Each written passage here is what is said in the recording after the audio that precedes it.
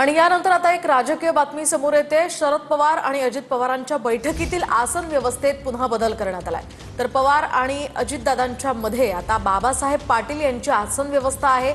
अजित पवारांकडून कार्यक्रमातील आसन व्यवस्थेत अदलाबदल करण्यात आली आहे। पुण्यातल्या वसंतदादा शुगर इन्स्टिट्यूट मधील कार्यक्रमाला दोन्ही नेते उपस्थित आहेत। तर खुर्ची बदलानंतर सुद्धा शरद पवारांनी अजित पवारांशी संवाद साधल्याची सुद्धा माहिती मिळते। तर याआधी सुद्धा अशीच एक घटना घडली होती, ज्यावेळी आसन व्यवस्था त्यांची आजूबाजूला होती, त्यावेळी सुद्धा अजित पवारांनी ही आसन व्यवस्था बदलून घेतली होती। मात्र आता पुन्हा एकदा अजित पवारांनी ही आसन व्यवस्था बदललेली असताना सुद्धा शरद पवारांनी या ठिकाणी अजित पवारांशी संवाद साधल्याचं कळतंय। तर अजित पवार आणि शरद पवार यांच्यामध्ये बाबासाहेब पाटील यांची खुर्ची ठेवण्यात आली आहे। आपण पाहू शकतोय शरद पवारांची ही खुर्ची आहे आणि त्यांच्याच बाजूला अजित पवारांची खुर्ची ठेवण्यात आलेली होती। आज हा कार्यक्रम होता वसंतदादा शुगर इन्स्टिट्यूटच्या या कार्यक्रमाला याच वेळी अजित पवारांनी खुर्चीची अदलाबदल केल्याचं आपण स्पष्ट पाहतोय।